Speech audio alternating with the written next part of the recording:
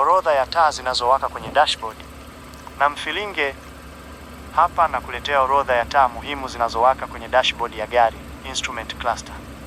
Kila taa huwa na maana yake na nyingi zinakupa tahadhari kuhusu hali ya gari.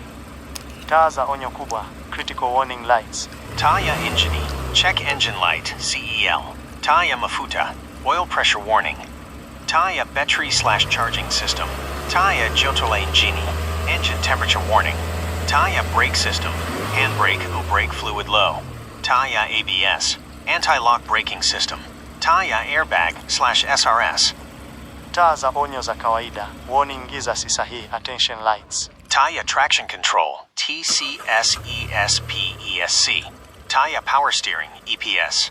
Taa ya DPF, diesel particulate filter, KWA diesel. Taa ya glow plug, KWA diesel. Taa ya transmission, gearbox warning light. Taa za habari, information/indicator lights. Taa ya mwanga wa mbele, headlights on. Taa ya full beam, long lights. Taa ya fog lights, mbele/nyuma. Taa za indicator, turn signals. Taa ya cruise control. Taa ya seat belt, mshipi wa usalama. Taa ya air conditioning/defrost. Taa ya 4, WD/AWD system.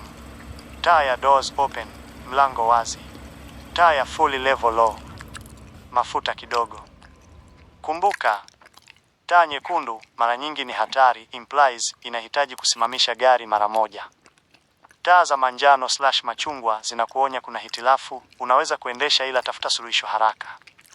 Taa za kijani/blue ni taarifa tu, sio shida.